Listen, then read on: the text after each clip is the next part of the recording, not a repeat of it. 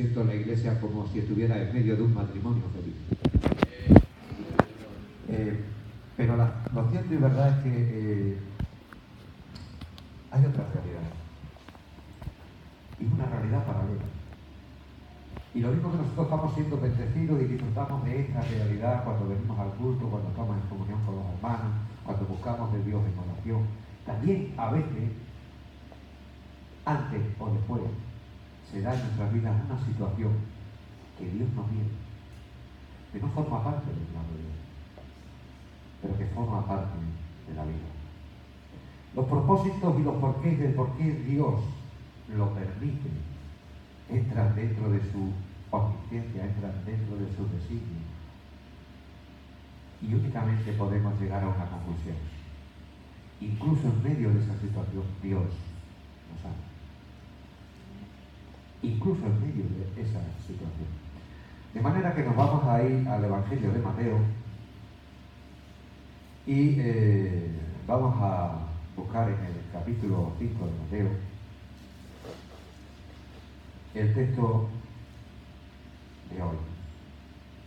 Como bien sabéis, estoy haciendo, o estamos haciendo, para ser más exactos, una travesía para el libro de Mateo, de manera que no busco de una manera voluntaria o con premeditación y alevosía el tema que voy a traer. Sencillamente trato el tema de todo. Yo creo que Dios en su providencia sabe por qué lo estoy haciendo así. Y vamos a hablar sobre ese tema que tal vez alguno de nosotros ya lo ha vivido y algunas cosas de suerte. Y vamos a hablar sobre un tema que el resto, Dios quiera que nunca lo tenga que tocar, Dios quiera que nunca lo tenga que vivir, pero lo cierto y verdad es que es un peligro agazapado en tu matrimonio. Un peligro agazapado en tu matrimonio. Estamos hablando del tema del divorcio. Pero vamos a hablar antes. Padre Santo, al abrir tu palabra confesamos que no somos nadie para entenderla, ni para explicarla, ni para comprenderla, y aún menos para vivirla. Pero sabemos que tú has prometido darnos tu Santo Espíritu, aquel que nos lleva a toda la verdad y aquel que nos llena de poder para dar testimonio de tu gloria, de tu gracia, de tu misericordia y de que una nueva vida es posible en Cristo Jesús. Ayúdanos a verlo especialmente hoy en este tema. Y bendícenos. En Cristo Jesús te lo pedimos. Amén. Bueno, pues vámonos, hermanos, a Mateo 5, capítulo 31, capítulo 5, versículos 31 y 32.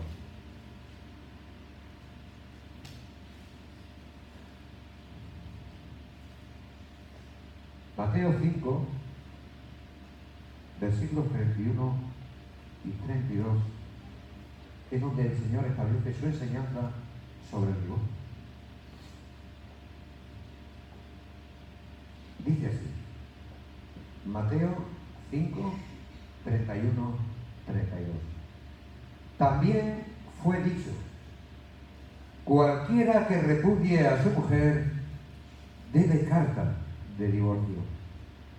Pero yo os digo que el que repudia a su mujer, a no ser por causa de fornicación, hace que ella adultere. Y el que se casa con la repudiada comete adulterio. Voy a leerlo porque es muy corto. También fue dicho, cualquiera que repudie a su mujer, debe carta de divorcio. Pero yo os digo que el que repudia a su mujer, a no ser por causa de fornicación, hace que ella adultere. Y el que se casa con la repudiada, comete adulterio. Amén. Podemos sentarnos, hermano.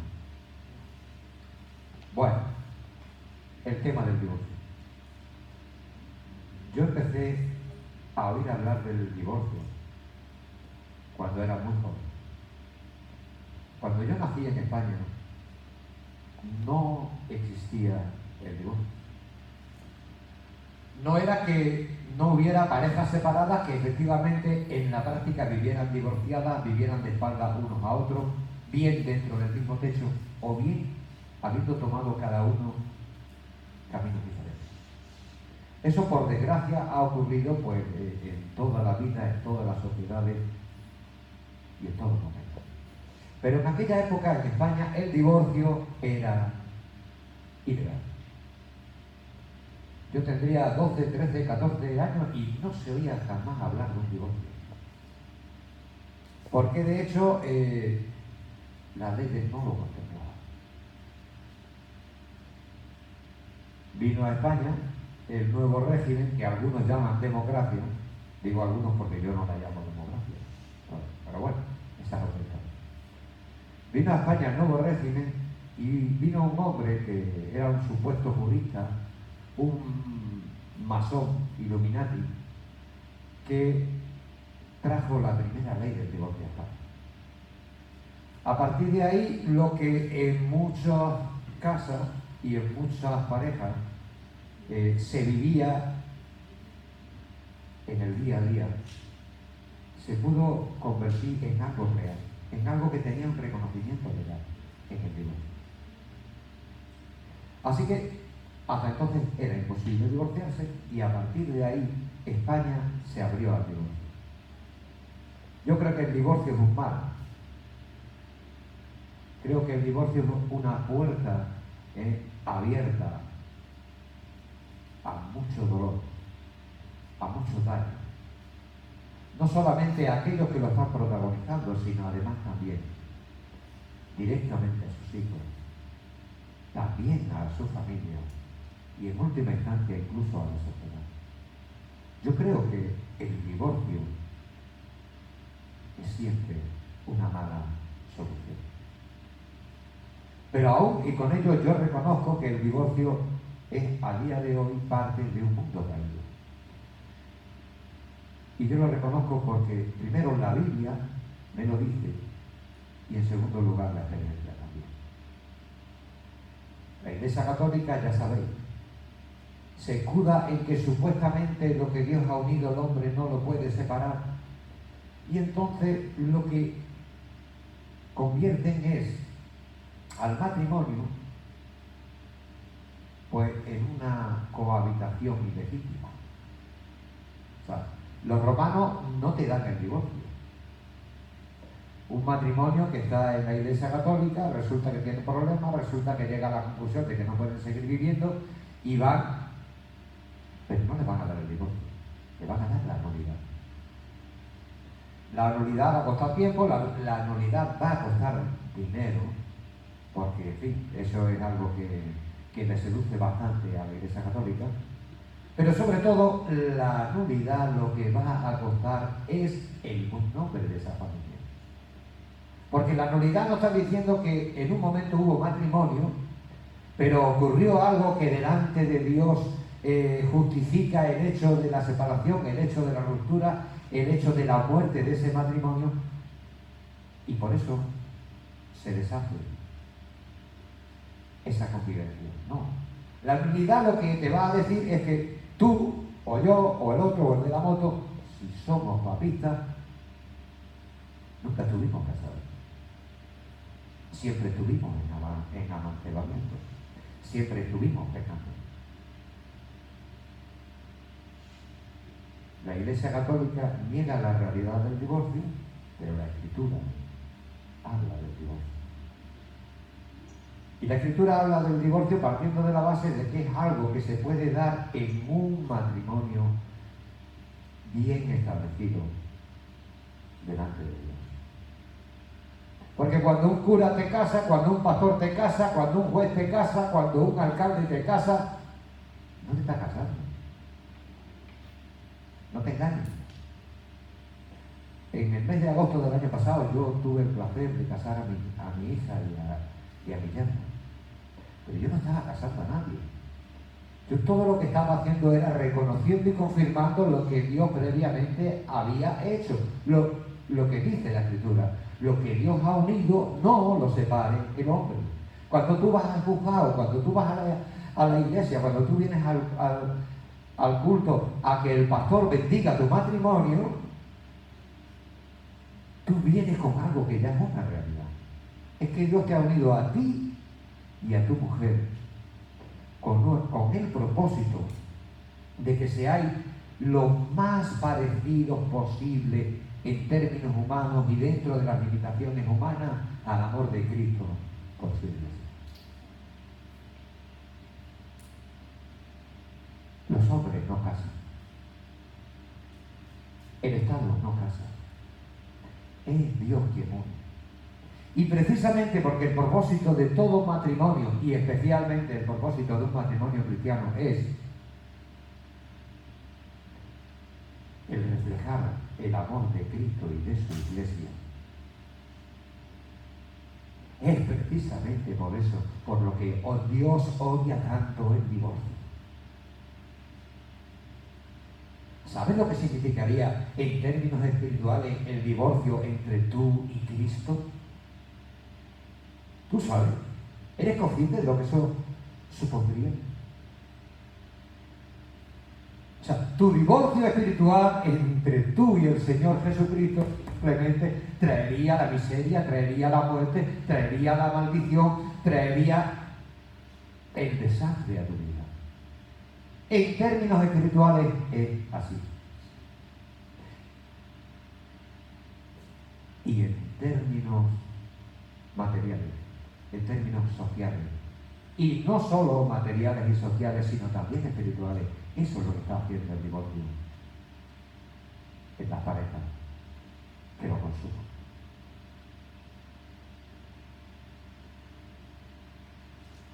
Cuando el Señor Jesús estableció su enseñanza sobre el divorcio, hermanos, lo hizo en un momento crucial. A veces nosotros decimos que la cosa está muy mal y este mundo va del mal en peor. El hombre suele decir que todo tiempo pasado fue mejor, pero no siempre es verdad. En los tiempos del Señor Jesús, el matrimonio estaba bastante peor de lo que está hoy día.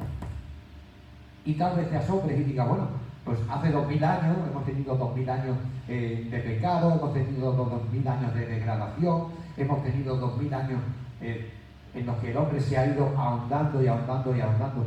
Como la Biblia dice, el mal de muchos se irá enfriando. Entonces, ahora tenemos que estar peor que entonces, no. Jesús llegó en el cenit, en el momento cumbre de la historia, cuando todo estaba a punto de irse a lo que llamamos los españoles al garete. Por eso la partida ahí, para solucionar, para salvar y para bendecir. Y una de las cosas que necesitaban solución y que necesitaban bendición era el matrimonio. Creemos que es que ahora nuestras costumbres pues se han ido degenerando con el paso del tiempo y nosotros somos una generación peor que las anteriores. No es verdad. No es verdad. La verdad es que el pueblo judío vivía una situación en el tema del matrimonio aún peor que la nuestra. Pero no siempre fue así. El pueblo judío era un pueblo que, si os acordáis, había comenzado siendo una familia. Comenzó siendo una familia, se convirtió en un pueblo y acabó llegando a ser una familia. Si Abraham y Sara se hubieran divorciado, ¿dónde estaría Israel? Si Abraham y Sara se hubieran divorciado, ¿cómo hubiera venido el Mesías? Si Abraham y Sara se hubieran divorciado, ¿cómo tú y yo habríamos podido recibir los beneficios del Evangelio? Si Dios había elegido a una familia a partir de la cual a lo largo de la historia iría cumpliendo todos sus designios y propósitos de salvación para que se hiciera carne el Verbo de Dios, el Dios mismo por tu salvación y por la vida. Todo empezó como una familia. Dios bendice a la familia, Dios ama a la familia, Dios no quiere familias partidas, porque eso es matar el futuro de esa familia. Pues bien, El pueblo judío había tenido su origen en una familia y valoraba a la familia. Pero el problema era que el pueblo judío consideraba a la mujer una cosa. La mujer no tenía derecho legal. La mujer no tenía ningún derecho legal. La mujer era una cosa, ¿eh? La mujer estaba siempre bajo la tutela y bajo la autoridad de alguien. En principio el padre, finalmente el esposo, y en caso de que el esposo, el Señor se lo llevara, el hijo mayor. Pero nunca era nadie ni era nada.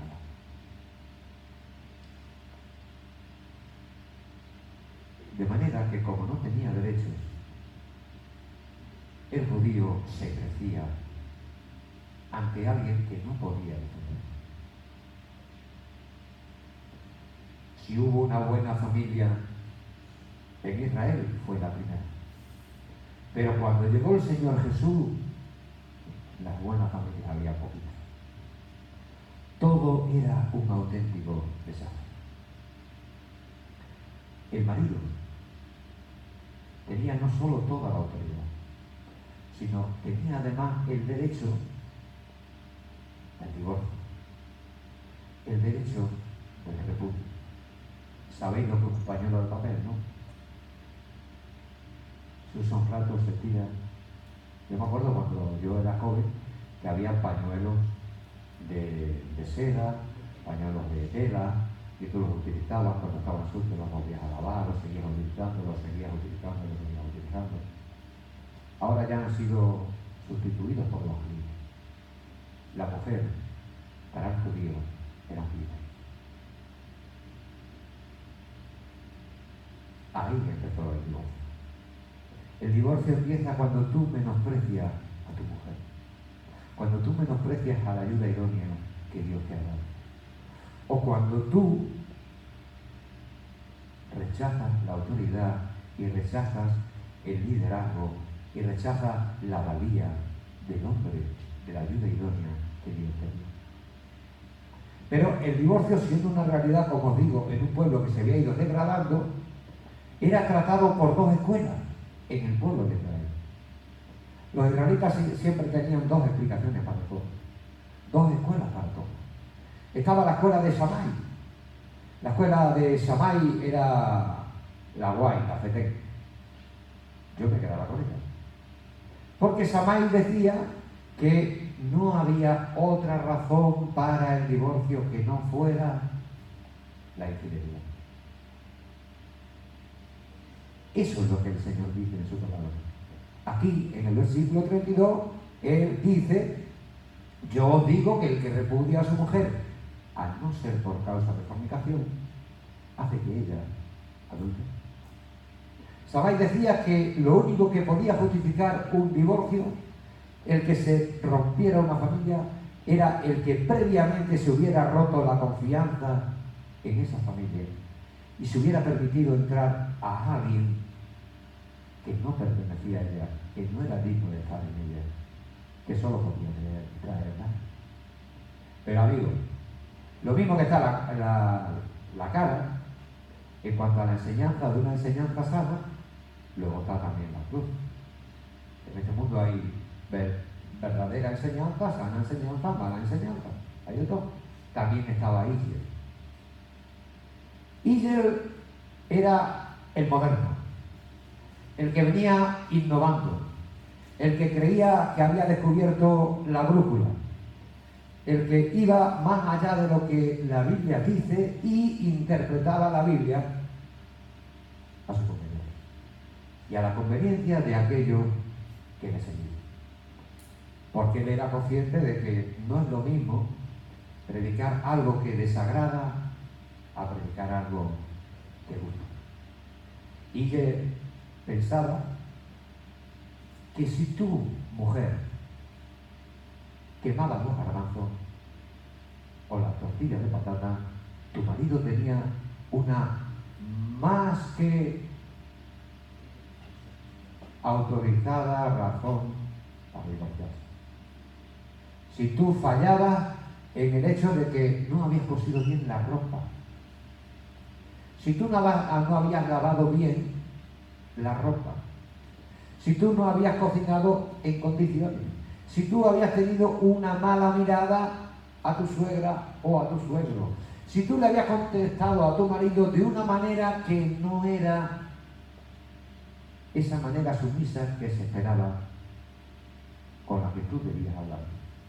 Si tú hacías cualquier cosa de esa y ella le enseñaba, que tu marido podía desecharte. Pero a todo hay quien te gana. Y él era muy moderno, pero a todo hay quien te gana. Entonces, el Rabí Acabi, ese era todavía más iluminado que Iyel. Y él decía que no solo Iyel tenía razón en todo lo que decía, de que si tú no le dabas a tu marido los derechos de matrimonio, tenía derecho a divorciarse, que si tú no sabías cocinar en condiciones o se te había ido un poco la mano, podía divorciarse. Él también decía que en ese, si encontrare en ella algo que no le agrada, que puedes leer en Deuteronomio 24:11, en Deuteronomio 24:11, cuando Moisés regula el divorcio, él dice, si alguno encontrare en ella, en su mujer, algo que no le agrade, puede darle carta de divorcio. Pues bien, Akiva decía que eso de que si encuentra en ella algo que no le agrade es porque ha encontrado en otra algo que le agrade más.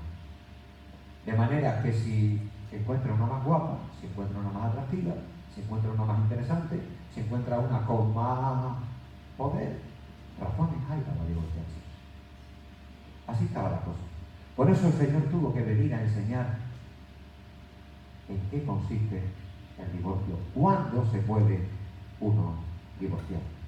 Pero no creáis que la situación de los judíos era la única que andaba mal en aquella época.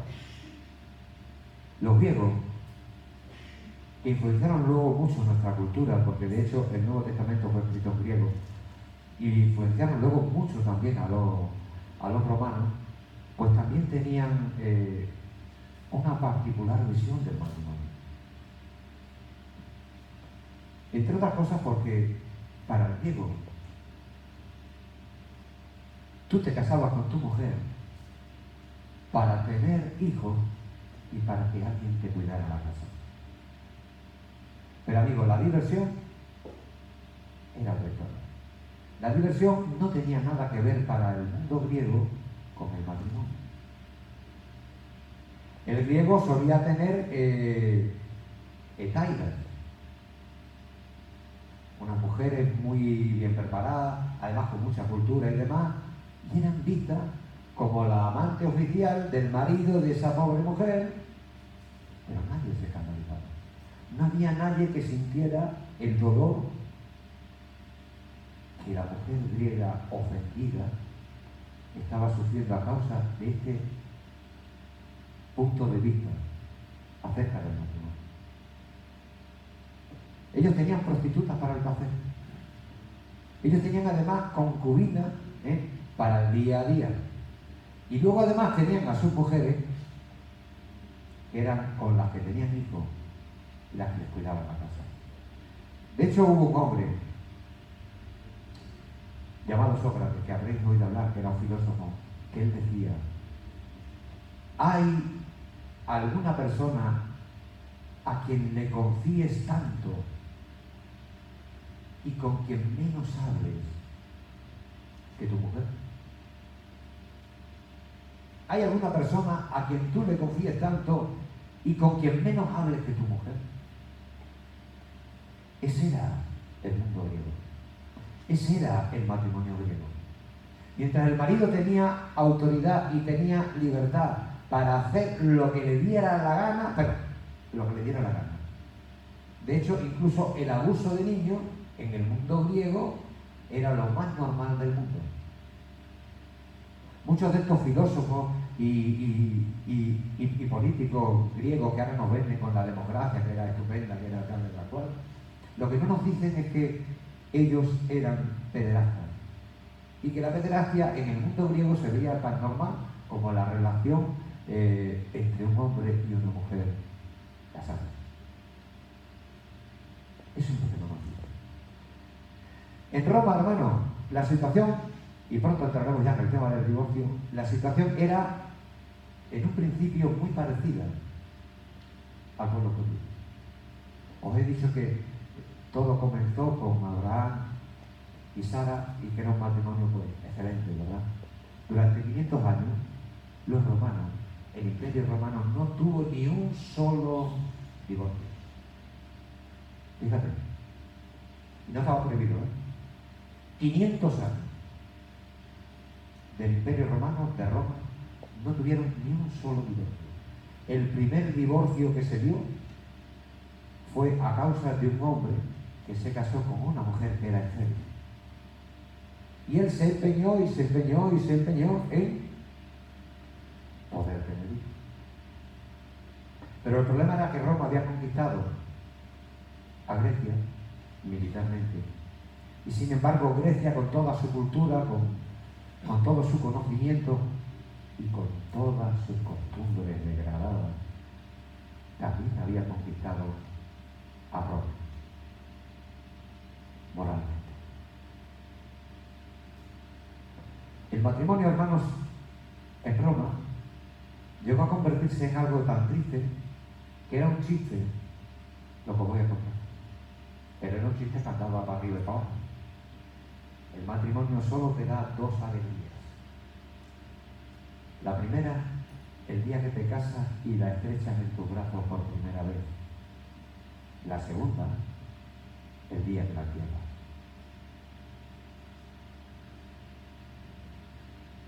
Por eso había llegado la necesidad también en esta sociedad de una regulación acerca del divorcio. Hubo una mujer que en 5 años tuvo 10 maridos. 5 años, 10 maridos. No está mal, No está mal. Hay gente que se casaba para divorciarse y gente que se divorciaba para casarse. Pero el problema era que todo aquello solo estaba identificando el mal. ¿Sabes cuál era el mal? El mal que identifica el divorcio es que la persona no está valorando su matrimonio. Ese es el mal. El divorcio, cuando el Señor Jesús aquí empieza a legislar sobre él, no es que sea lo que Dios quiere. Dios aborrece el divorcio. Lo dice el Antiguo Testamento, lo dice el Nuevo Testamento. Dios aborrece por completo, total y absolutamente el divorcio, porque está en contra de su propia naturaleza. Tú y yo sabemos que Dios es un Dios trino. O sea, el que no conoce a Dios cree que Dios hubo un momento en que estuvo solo y que no había ángeles, no había serafines, no había arcángeles, no había seres humanos, no había nada. Dios estaba solo, pero mentira. Dios jamás estuvo solo. ¿Por qué? Porque en Dios, en la esencia de Dios, están Padre, Hijo y Espíritu Santo. Y eso es una unidad inalterable que se extenderá por la eternidad, como se ha extendido hacia atrás, por la eternidad. Unidad, Dios es unidad, Dios es amor, Dios es armonía, pero no solo hacia nosotros, sino especial y plenamente en sí mismo. Y el divorcio, exactamente de lo que habla, es de lo contrario. El divorcio habla de romper familia, el divorcio habla de romper vida, el divorcio habla de romper futuros. Por eso Dios odia el divorcio. Sin embargo, el Señor sabe que en ocasiones es una necesidad. Por eso A veces, hermanos, es preferible un divorcio a una vida donde tanto unos como otros están dañándose, están acuchillándose, están destrozándose, y no solo a ellos, también a sus hijos, que son los inocentes que pagan la fiesta, y no precisamente una fiesta positiva. Dios no quiere el divorcio, pero en medio de nuestra desobediencia hay veces que Dios tiene que permitir, no porque le agrade, sino sencillamente porque hay que cubrir a la persona ofendida y a las personas dañadas. Sin embargo, el divorcio es un derecho y no una obligación. El divorcio, hermanos, es un derecho que Dios da para arreglar una situación, no una obligación. Hay personas que se plantean el divorcio, y si no te lo has planteado, tal vez en algún momento de tu vida te lo tengas que plantear.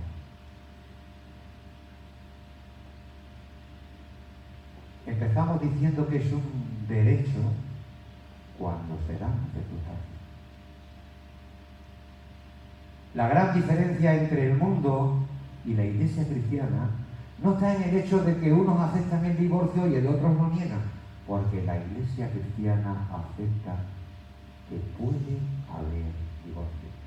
La gran diferencia entre el mundo y la Iglesia cristiana está en qué es lo que uno y otro consideran razón suficiente, razón justificada para acceder al divorcio. Ese es el tema. El divorcio es una realidad, pero el mundo le puede dar el divorcio a una persona por el simple hecho de que ese matrimonio no tenga descendencia. Y entonces, como el marido o como ella resulta que ha descubierto que es el otro el culpable, quiere romper para irse con otro, para tener el sueño de su vida, que sí que es un sueño precioso, pero que no justifica un divorcio. El mundo te puede dar el divorcio sencillamente porque tu marido te trata mal, tiene malos tratos contigo, o es agresivo contigo, o incluso ha llegado a la agresión física. Pero aún eso no es suficiente motivo para el divorcio. Porque para todo eso, la Iglesia cristiana, el Señor Jesús tiene otra solución, que es la separación.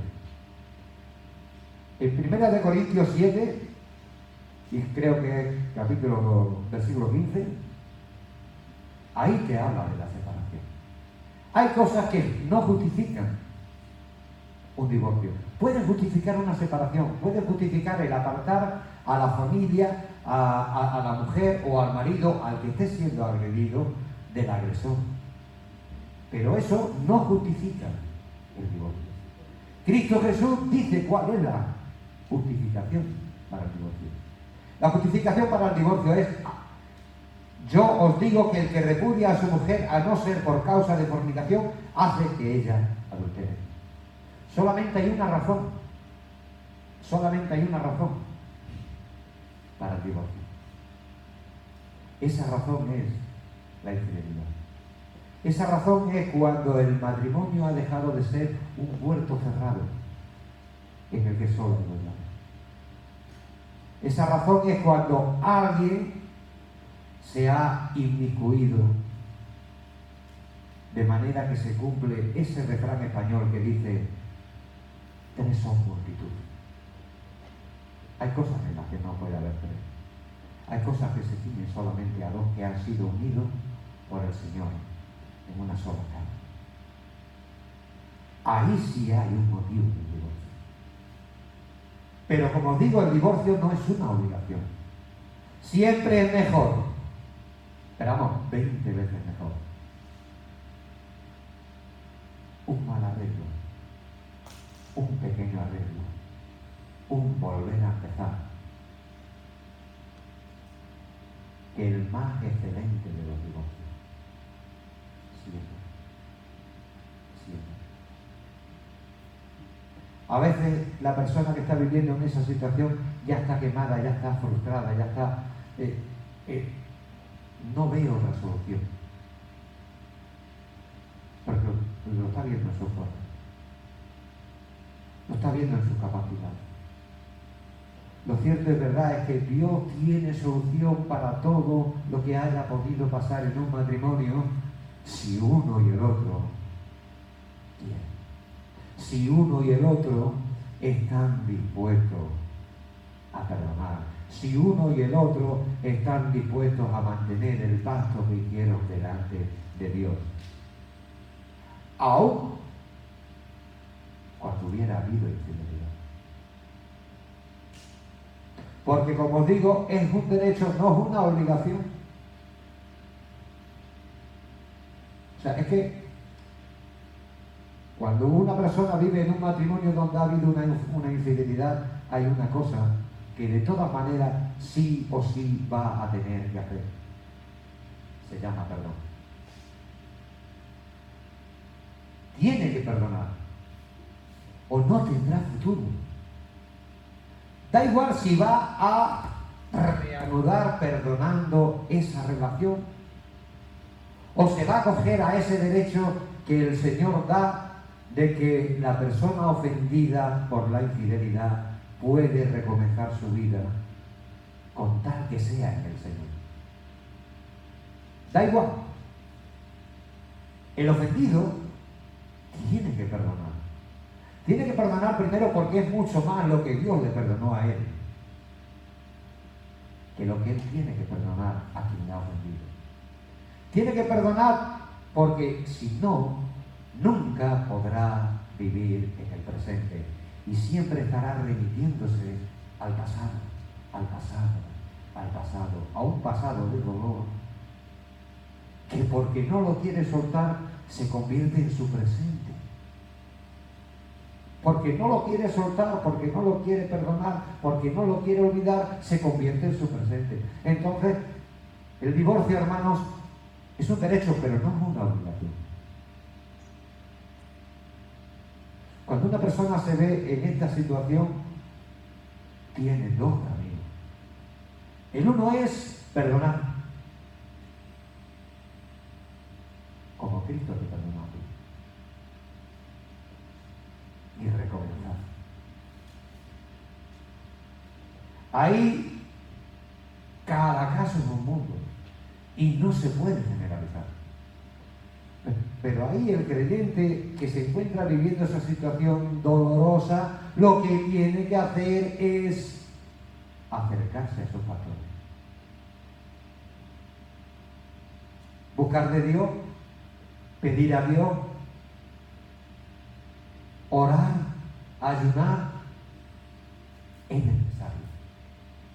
Lo otro, pedir el consejo de esos pastores. Jehová está entre los que me aconsejan, dice la Escritura, y eso es sí y amén. Ayer y hoy. Entonces, cuando un hermano se encuentra en esa situación, ¿qué puede hacer?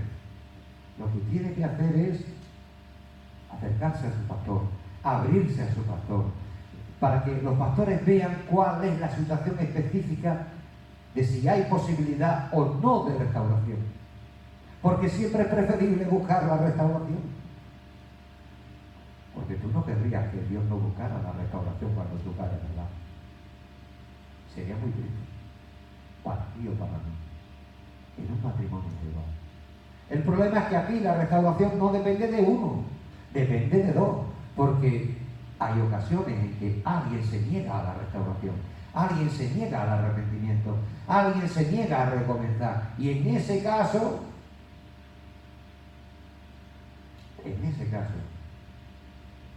sí hay puerta libre para el divorcio. Pero el divorcio no es una fiesta. El divorcio es un camino de sufrimiento. Os lo digo por experiencia personal. tardas años en salir. Y si haces las cosas bien, tardas años en salir, pero sales fortalecido por una experiencia tan fuerte que a ti te hace madurar mucho más de lo habitual cuando lo vives en el Señor. Ahora también te puede hundir si no lo vives en el Señor. Ante una situación de esas que se pueda dar hoy, mañana, en tu vida o en algún familiar, ten muy en cuenta, el divorcio no es una obligación. No tienen por qué divorciarse. El divorcio es un derecho, buscando el bien de las personas dañadas. Lo que realmente Dios quiere es la restauración. Yo, por ejemplo, en mi caso, recuerdo que yo quería la restauración. Estuve 2 años y medio buscando la restauración, dando oportunidades para la restauración. Y probablemente algún tiempo más. Pero era que no, y era que no, y era que no, y era que no, y era que no, y era que no, y era que no. Vale. El divorcio, hermanos, es una realidad. Cuando yo era muchacho no vi ni una sola pareja divorciada en España. Cuando me convertí no había ninguna pareja divorciada en la iglesia. Pero de entonces a mi caso, así. Se está dando. Bueno, en la iglesia, hermanos, suele enseñarse, porque es verdad,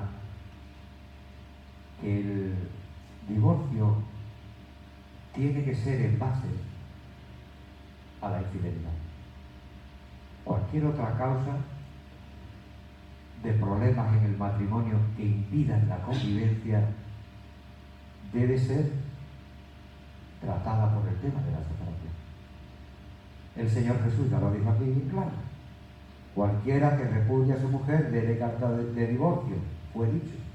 Pero yo digo que el que repudia a su mujer, a no ser por causa de fornicación, hace que ella adultere.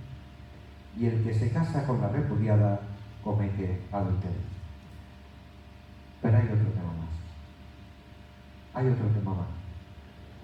Nos vamos a ir, hermanos, a 1 Corintios 7:15 y vamos a terminar con él. Porque lo habitual suele ser que el adulterio se dé, o mejor dicho, que el divorcio se dé en base al adulterio. Normalmente es el adulterio el que lleva al divorcio. Pero hay otro caso. En 1 Corintios 7:15 vamos a hablar del otro caso que también se puede dar. Dice así la palabra del Señor. 1 Corintios 7, versículo 15.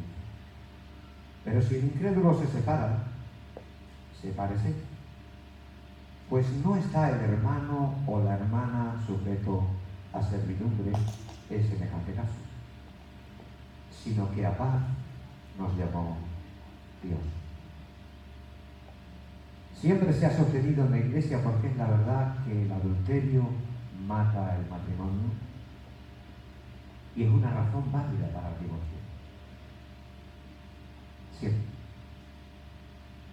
Y de hecho en el comienzo fue así, cuando se escribieron los evangelios, pues fue así.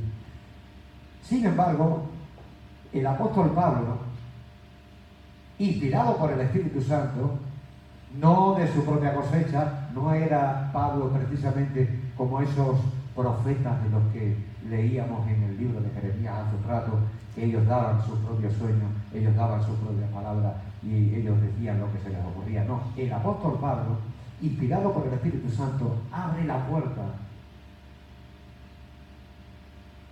al divorcio en otra situación. Le abre la puerta al divorcio en otra situación, primero porque es que en la práctica se convierte en el fin del matrimonio. Vosotros sabéis, yo sé, que todo matrimonio implica un compromiso entre un hombre y una mujer hasta la muerte, pero la muerte rompe el vínculo, porque ya no está. Simplemente porque ya no está.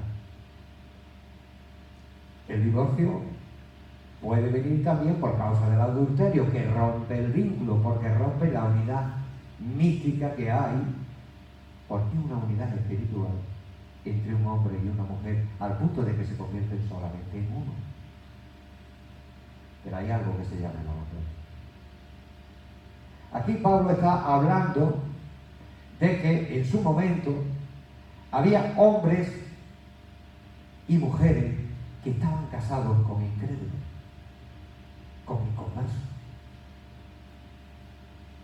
No había esa comunión de intereses, de objetivos que hay en un matrimonio cristiano. El matrimonio cristiano lo tiene muy claro. El objetivo es el Señor, el objetivo es buscar su gloria, el objetivo es vivir para Él. De manera que ocurra lo que ocurra,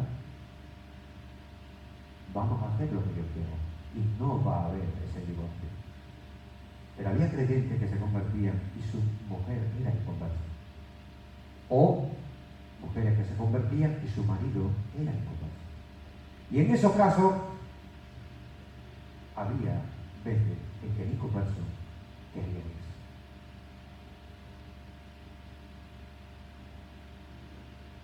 Y precisamente por eso Pablo dice: si el incrédulo se separa, sepárese, pues no está el hermano o la hermana sujeto a servidumbre en semejante caso, sino que a paz nos llamó Dios.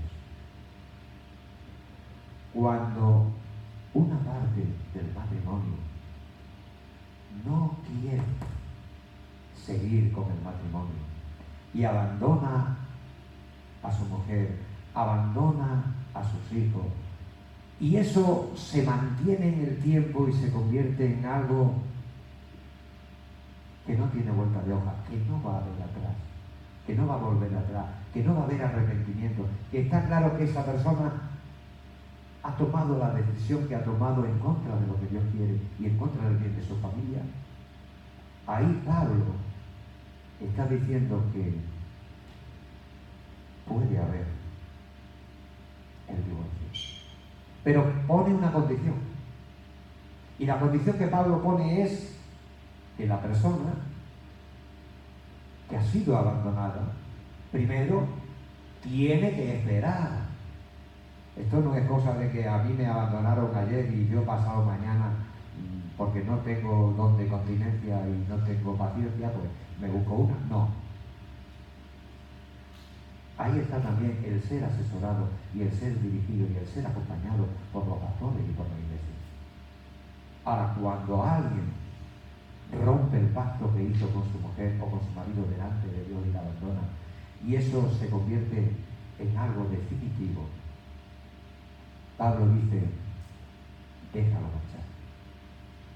Se está comportando como un incrédulo. Déjalo marchar. Hemos sido llamados a vivir en paz. Si no te deja vivir y decide marcharse, déjalo marchar. Y hay veces, hermanos, en que nos casamos con alguien que dice que es creyente. Y con esto ya termino. Y resulta que el que dice que es creyente se comporta en la práctica como un inconverso. Porque coge y toma esta opción de decir: no quiero saber nada del matrimonio, no quiero saber nada de ti, no quiero saber nada del pacto que hice contigo. ¿Os acordáis del versículo que dice que si alguno no provee para su casa, ha negado la fe y es peor que un incrédulo?